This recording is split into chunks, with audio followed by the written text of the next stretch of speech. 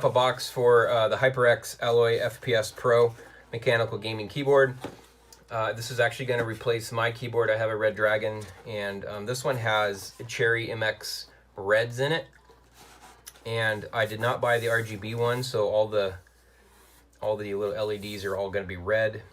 It is what they call a 10 keyless keyboard, and I think it's also referred to as 60%, or I could be wrong on that one. But I actually already sliced this. I promise I haven't taken it out. I just sliced it and then remembered I wanted to film that. So this is what you get in the box. What? It comes with no cable? No, just kidding. It's going to be in there, I swear. Let's bust this open though. This is kind of cool packaging, honestly. I think this keyboard was $63. Ooh, it's got a nice feel to it. Holy smokes. That's my kind of mechanical key. It's not super obnoxiously loud. Comes with a quick start guide here.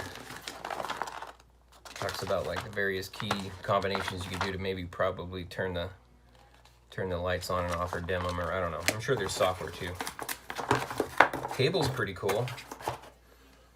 It's a cloth cable, cloth wrapped cable, fabric or whatever they call these things. It's not rubber, right? It's like rope. I guess maybe that's what they call it. It's a rope cable. So it's got this rope around. Man, if I could get these twisty ties off. Cable looks like it's gonna be pretty long. I'm guessing 6 feet, which is pretty decent. Man, this twisty ties are like they're spring loaded. What the heck is this?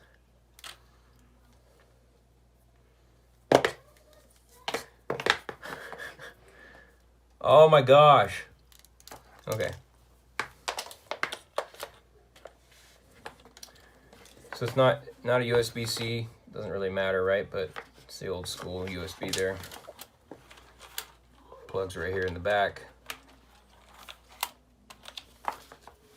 Cable's kind of rigid. This is the same problem I had with one of my headphones.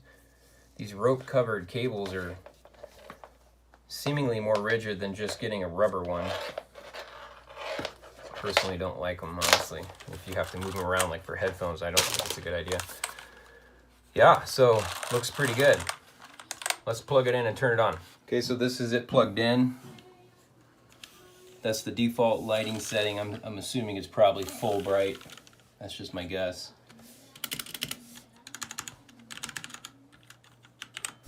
I like the keys feel. The tactile is very good. The plastic feels very nice. I think overall this is actually a pretty nice keyboard, especially for the price.